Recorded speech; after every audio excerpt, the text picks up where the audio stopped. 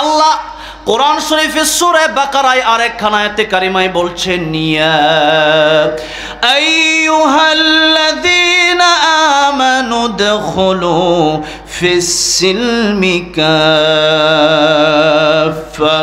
আল্লাহ বলছেন, হে ঈমানদারেরা, ইসলাম অর্ধেক মেনো না, ইসলাম পরিপূর্ণ মানব। উদখুলু প্রবেশ করো, ফিস-সিলমি কাফা আই তাম্মা, ইসলামের ভিতরে তোমরা পরিপূর্ণ প্রবেশ করো। আল্লাহ রাব্বুল আলামিন বললেন, ইসলাম তোমাকে পরিপূর্ণ মানতে হবে, আল্লাহর ইবাদত করতে হবে। কিভাবে করবা? ওয়াজতানিবুত তাগুত, তাগুত বর্জন করতে হবে। আল্লাহর ইবাদতের মধ্যে কাউকে শরীক করা যাবে না, আল্লাহর আইনের ভিতরে নিজস্ব আইন ঢোকানো যাবে না, আল্লাহর কোরআনের ভিতরে নিজস্ব কোনো মতবাদ ঢোকানো যাবে না। আল্লাহ যেভাবে বলছে ওভাবেই চলতে হবে। নিজস্ব মতবাদ যারা চালু করতে চায় ওরাই হচ্ছে তাগুত। এখন তাগুত কারে কই ওটাই তো মানুষ জানে না।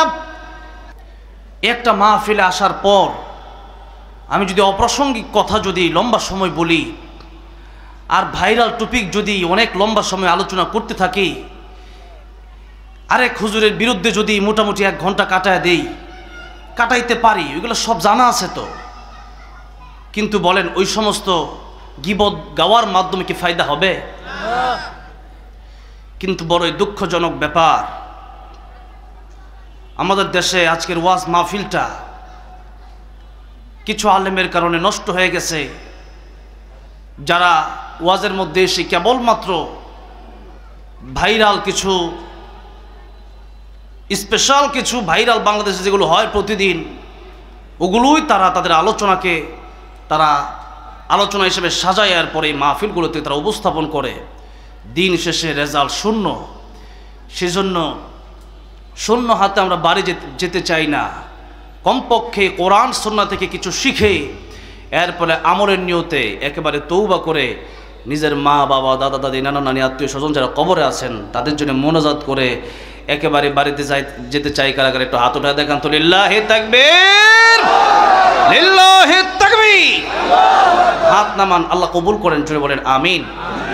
আল্লাহ আজকের এই মাহফিলের উসিলায় কাল কিয়ামতের ময়দানে যেন আমাদেরকে প্রিয় নবীর শাফাত নসিব করেন, প্রিয় নবীজির সাথে জান্নাতুল ফিরদাউসের মেহমান বানায় দেন, পড়েন আমিন। আলা ফি শানি হাবিবিহি ইন্নাল্লাহা ওয়া মালাইকাতুহু ইউসাল্লুনা আলান নবী يا أيها الذين آمنوا صلوا عليه وسلموا تسليما اللهم صل على محمد وعلى آل محمد كما صليت على إبراهيم وعلى آل إبراهيم إنك حميد مجيد اللهم بارك على محمد وعلى آل محمد كما باركت على إبراهيم وعلى آل إبراهيم إنك حميد مجيد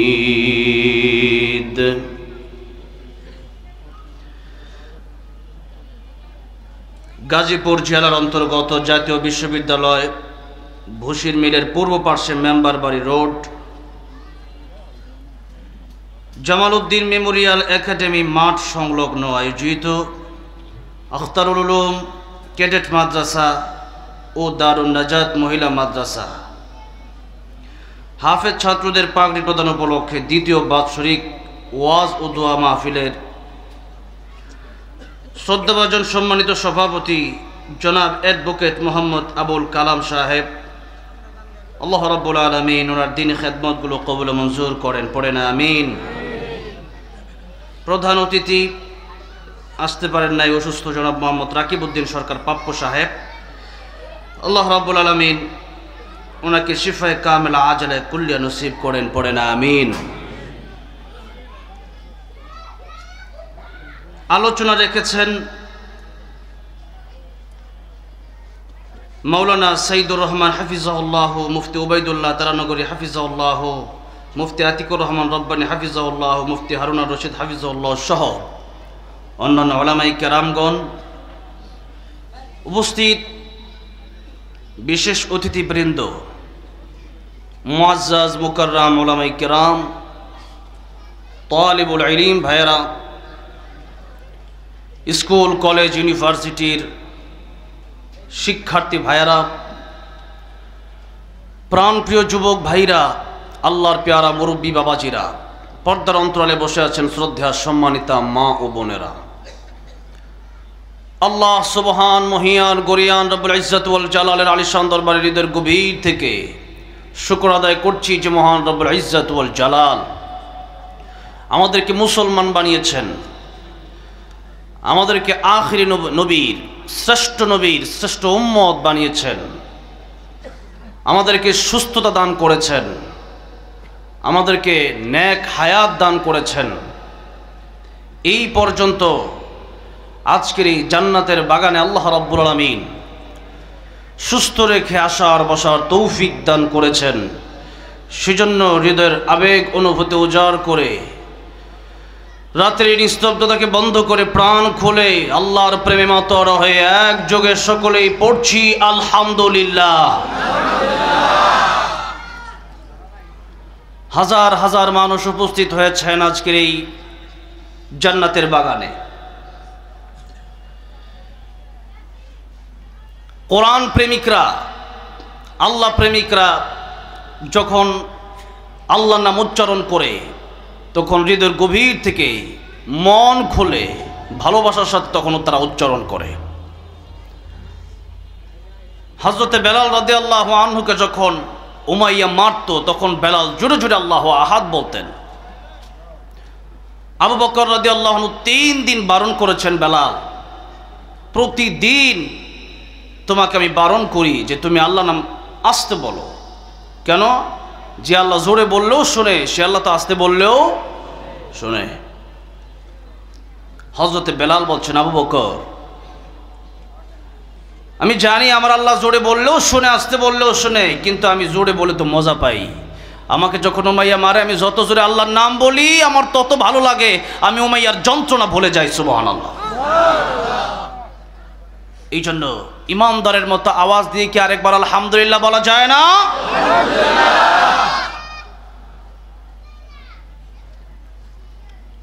সূরা রহমান এর প্রথম 3খানা আয়াতে কারিমা আপনাদের সামনে আমি তেলাওয়াত করেছি। অপ্রাসঙ্গিক কথাবার্তা কম বলে কোরআন সুন্নাহর কথা যত বেশি বলা যায় ততই ফায়দা। এই একটা মাহফিল যারা করেছেন, আয়োজন করেছেন, কতবার যে আমার কাছে তারা গিয়েছেন, কত জায়গায় তারা দৌড়াদৌড়ি করেছেন, মাসকে মাস তারা রাতকে রাত মনে করে নাই, দিনকে দিন মনে করে নাই। একটা মাহফিলে আসার পর আমি যদি অপ্রাসঙ্গিক কথা যদি লম্বা সময় বলি আর ভাইরাল টপিক যদি অনেক লম্বা সময় আলোচনা করতে থাকি, আরেক হুজুরের বিরুদ্ধে যদি মোটামুটি 1 ঘন্টা কাটাইতে পারি, ওইগুলো সব জানা আছে তো, কিন্তু বলেন ওই সমস্ত গীবত গাওয়ার মাধ্যমে কি ফায়দা হবে? কিন্তু বড়ই দুঃখজনক ব্যাপার, আমাদের দেশে আজকের ওয়াজ মাহফিলটা কিছু আলেমের কারণে নষ্ট হয়ে গেছে, যারা ওয়াজের মধ্যে এসে কেবলমাত্র ভাইরাল কিছু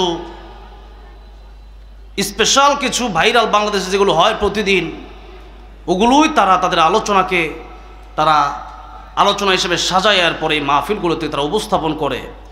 দিন শেষে রেজাল্ট শূন্য। সেজন্য শূন্য হাতে আমরা বাড়ি যেতে চাই না। কমপক্ষে কোরআন সুন্নাহ থেকে কিছু শিখে এরপরে আমলের নিয়তে একেবারে তৌবা করে নিজের মা বাবা দাদা দাদি নানা নানি আত্মীয় স্বজন যারা কবরে আছেন তাদের জন্য মোনাজাত করে একেবারে বাড়িতে যেতে চাই কারা কারা একটু হাত উঠায় দেখান তো। লিল্লাহি তাকবীর, লিল্লাহি তাকবীর। হাত নামান, আল্লাহ কবুল করেন, জোরে বলেন আমিন। আল্লাহ আজকের এই মাহফিলের উসিলায় কাল কিয়ামতের ময়দানে যেন আমাদেরকে প্রিয় নবীর শাফাত নসিব করেন, প্রিয় নবীজির সাথে জান্নাতুল ফেরদাউসের মেহমান বানায় দেন, পড়েন আমিন। আসুন আমরা অপ্রাসঙ্গিক কথাবার্তা না বলে সরাসরি কোরআন শরীফের সূরা রহমান থেকে আলোচনা করব। সূরা রহমান থেকে আলোচনা করার মূল উদ্দেশ্যই হচ্ছে আমি যেই মাহফিলে যাই সেখানে কি উদ্দেশ্যে মাহফিল হচ্ছে সেই বিষয়টাকেই আমি আগে খেয়াল করি। যেমন গতকালকে মাহফিল সময় কোনাবাড়িতে, সেই মাহফিলটাতে সেখানে হচ্ছে গুরুস্থানকে লক্ষ্য করে মাহফিল, সেই জন্য সেখানে গুরুস্থান নিয়েই আলোচনা করেছি। আর আজকের মাহফিল মাদ্রাসা নিয়ে, এজন্য মাদ্রাসা কেন্দ্রিক আলোচনা করব ইনশাআল্লাহ। মাদ্রাসা শিক্ষার লাভ কি, দুনিয়াতে লাভ কি, মরণের সময় লাভ কি, কবরে লাভ কি, আর আখেরাতে লাভ কি, এই বিষয়গুলো আজকে আলোচনা করব। দ্বিতীয় নম্বর কথা হচ্ছে দুনিয়ার জীবন এবং পরকালীন জীবনের কিছু বিষয় এখানে ফুটে উঠবে। তৃতীয় বিষয় হচ্ছে সূরা রহমান থেকে এই তিনখানা আয়াতে কারিমার মূল বক্তব্যগুলো আপনাদের সামনে তুলে ধরার চেষ্টা করব ইনশাআল্লাহ। ওমা তৌফিকি ইল্লা বিল্লাহ। প্রিয় গাজীপুরবাসী, কোরআন শিক্ষা এটা হচ্ছে এই পৃথিবীর একটা মেরুদণ্ড।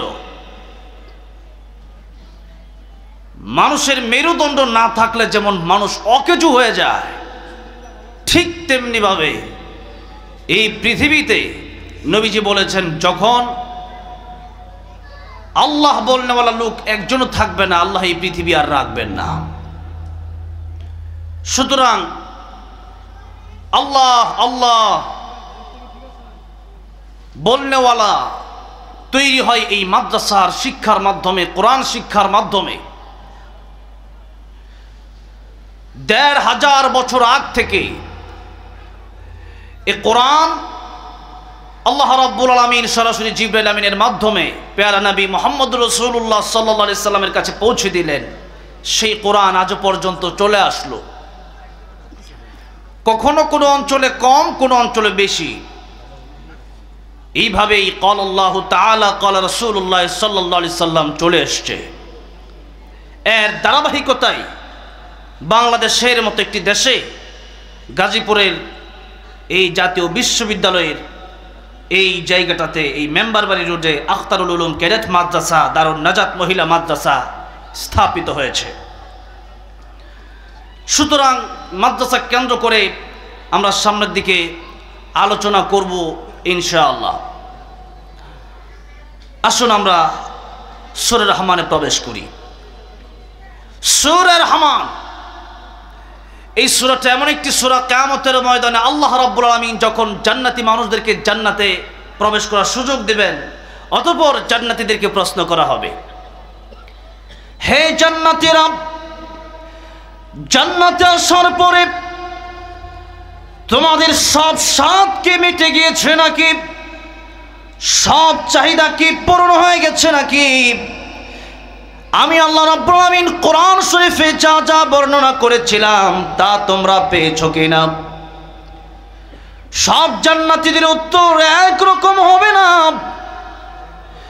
এই দুনিয়াতে থাকা অবস্থায় আব্দুল কাদের জিলানী রাহমাতুল্লাহ আলাইহি তিনি বলতেন, जन्नत दोज़ख से या रब क्या करो, जन्नत दोज़ख से या रब क्या करो, आरज़ू है मैं तुझसे देखा करो, आरज़ू है मैं तुझसे देखा करो। ऐ अल्लाह रब्बुल आलामीन, जन्नत और जहन्नम तो আমি চাই না, যতক্ষণ পর্যন্ত তোমার সাথে আমার দেখা হবে না, তোমার দিদার যতক্ষণ পর্যন্ত আমার নসিব হবে না, ততক্ষণ পর্যন্ত পর্যন্ত আমি আব্দুল কাদের জিলানী জান্নাতে গেলেও আমার কলিজা ঠান্ডা হবে না। সুবহানাল্লাহ। এই তো আল্লাহর ওলিদের অবস্থা, এই তো আসলে ইমানদারের অবস্থা। ইমানদার জান্নাত যত বেশি চায় তার চাইতে বেশি তারা আমার আল্লাহকে চায়। জান্নাতে যাওয়ার পরে আল্লাহ রাব্বুল আলামিন দিদার নসিব করবেন। আল্লাহ নিজে কোরআন শরীফে সূরা কাফের শেষ আয়াতে বলেছেন, فمن كان يرجو لقاء ربه فليعمل عملا صالحا ولا يشرك بعبادة ربه أحدا। এই দুনিয়ায় যারা ভালো ভালো কাজ করবে আর শিরিক মুক্ত কাজ করবে, নেকামল হতে হবে শিরিক মুক্ত। এই পৃথিবীতে আল্লাহ রাব্বুল আলামিন যত নবী রাসূল পাঠিয়েছেন সবার ব্যাপারে আল্লাহ কোরআন শরীফে একখানা আয়াত ঘোষণা দিয়েছেন, ওয়ালাকাদ বা'আসনা ফি কুল্লি উম্মাতির রাসূলান আন ই'বুদুল্লাহ ওয়াজতানিবুত তাগুত। এই পৃথিবীতে যত নবী রাসূল এসেছেন দুটি জিম্মাদারি দিয়ে আল্লাহ রাব্বুল আলামিন নবী রাসূলদেরকে পাঠিয়েছেন। এক নাম্বার জিম্মাদারি হচ্ছে পৃথিবীর মানুষদেরকে তারা জানিয়ে দেবে ইবাদত করতে হবে একজনের। জবান খুলে বলেন তিনি কে? দ্বিতীয় নম্বর কথাটা ভালো করে লক্ষ্য করে আমরা আল্লাহর ইবাদত করি, ঠিক আছে, কিন্তু আল্লাহ বলছেন ওয়াজতানিবুত তাগুত, যারা তাগুত তাদেরকে বর্জন করতে হবে। আল্লাহ দুটি কথা বললেন। কোরআন শরীফ যদি মানতে হয় তাহলে কি অর্ধেক মানবেন না পরিপূর্ণ মানতে হবে? হ্যাঁ, পরিপূর্ণ মানতে হবে। আল্লাহ কোরআন শরীফের সূরা বাকারায় আরেকখানা আয়াতে কারিমায় বলছেন, ইয়া আইয়ুহাল্লাযীনা আমানু দুখুলু ফিস-সিলমি কাফা। আল্লাহ বলছেন, হে ঈমানদারেরা, ইসলাম অর্ধেক মেনো না, ইসলাম পরিপূর্ণ মানো। উদখুলু, প্রবেশ করো, ফিস-সিলমি কাফা আইতামা, ইসলামের ভিতরে তোমরা পরিপূর্ণ প্রবেশ করো। নামাজ যখন আমরা পড়ি, নামাজ পড়তে গেলে মনে করেন এশার নামাজ 4 রাকাত, 3 রাকাত পরে যদি কেউ বলে আমি আর নামাজ পড়বো না, আমার 3 রাকাতের সওয়াব হবে। সওয়াব কি হবে আসলে? ওযুর ফরজ কয়টা বলেন তো? কয়টা? 4টা। আমার দেশের অনেক মানুষেরা গোসলের ফরজও জানে না, ঠিক কিনা বলেন? কুলি যে করতে হয়, নাকে যে পানি দিতে হয়, ওইটাও অনেকে জানে না। আহারে, মুসলমান হইছে, এই জন্যই তো কোরআন শিখতে হবে। তলাবুল ইলমি ফরিয়দাতুন আলা কুল্লি মুসলিম, আপনার জন্য ইলম শিখা ফরজ। না শিখলে তো আপনি জানবেন না, মানবেন কিভাবে? ওযুর ফরজ 4টা, আপনি যদি 3টা মানেন, আপনি 3টা মানলেন, আরেকটা মানলেন না। যে আমি মুখমণ্ডল পুরাটা ধৌত করলাম, আমি হাতের কনুই ধৌত করলাম, আমি মাথা মাসে করলাম, এবার পা ধোয়া দরকার নাই, শীতের দিন সামনে আসতেছে, পা ধোয়া দরকার নাই, যাই মসজিদে চলে যাই, বলেন তো ওযু হবে? কেন ওযু হবে না? 3টা মানছেন, একটা মানেন নাই, হবে? হবে না। সেজন্য বিয়েতে সব কিছু রেডি হয়ে গেছে। একটা বিয়ের আয়োজনের জন্য লক্ষ লক্ষ টাকা খরচ করা হয়েছে, কিন্তু মেয়ের গার্ডিয়ান অথবা ছেলে একজন রাজি হলো না, বিয়েটা কি হবে? হবে না। সেজন্য আল্লাহ রাব্বুল আলামিন বললেন, ইসলাম তোমাকে পরিপূর্ণ মানতে হবে, আল্লাহর ইবাদত করতে হবে। কিভাবে করবা? ওয়াজতানিবুত তাগুত, তাগুত বর্জন করতে হবে। আল্লাহর ইবাদতের মধ্যে কাউকে শরীক করা যাবে না, আল্লাহর আইনের ভিতরে নিজস্ব আইন ঢোকানো যাবে না, আল্লাহর কোরআনের ভিতরে নিজস্ব কোনো মতবাদ ঢোকানো যাবে না। আল্লাহ যেভাবে বলছে ওভাবেই চলতে হবে। নিজস্ব মতবাদ যারা চালু করতে চায় ওরাই হচ্ছে তাগুত। এখন তাগুত কারে কই ওটাই তো মানুষ জানে না, তাগুত কারে কই ওটাই জানে না। মুসলমান হয়ে বসে আছে। তাগুত কারে বলে? তাগুত বলা হয় সেই ব্যক্তিকে যে আল্লাহর বিধান নিজেও মানে না, আবার অপরকেও মানতে দেয় না। নিজেও মানে না, অপরকেও মানতে দেয় না। নিজেও নামাজ পড়ে না, অপরকেও নামাজ পড়তে দেয় না। নিজেও কোরআন পছন্দ করে না, আরেকজন কোরআনের মাহফিল করবে সেটাও পছন্দ করে না। আছে না নাই? কোরআনের আইন হচ্ছে আস-সারিকু ওয়াস-সারিকাতু ফাকতাউ আইদিয়াহুমা। চোর যদি চুরি করে তাহলে তাকে হাত কেটে দিতে হবে, এরকম আইন। মৃত্যুর খুনের বদলা খুন। আজকে আমাদের দেশে সেই বিচারগুলো নাই, এই জন্য দেশ ঠিক হয় না। কোরআনের আইন এই পৃথিবীতে যতদিন পর্যন্ত না আসবে পৃথিবী ঠিক হবে না, বাংলাদেশ ঠিক হবে না। আমাদের গাজীপুরে একটা ছোট্ট মেয়েকে ধর্ষণ করা হলো, একটা হিন্দু ছেলে ধর্ষণ করলো, শুনছেন না আপনারা?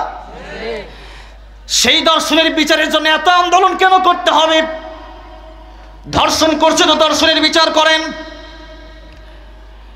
ধর্ষণের বিচার যদি আপনারা না করেন, এভাবেই যদি দেশ চলতে থাকে তাহলে দেশে শান্তি কোনোদিন আসবে না। সেই জন্য যারা তাগুত তাদেরকে একেবারেই বর্জন করে ফেলে দিতে হবে। তাগুত আল্লাহর বিধান যদি কেউ নিজেও না মানে, অপর কেউ না মানতে দেয় যে কোনো ক্ষেত্রে, তাহলে বুঝতে হবে সেই তাগুত। কারণ সেও যেহেতু মানে না, আমাকেও যেহেতু মানতে দেয়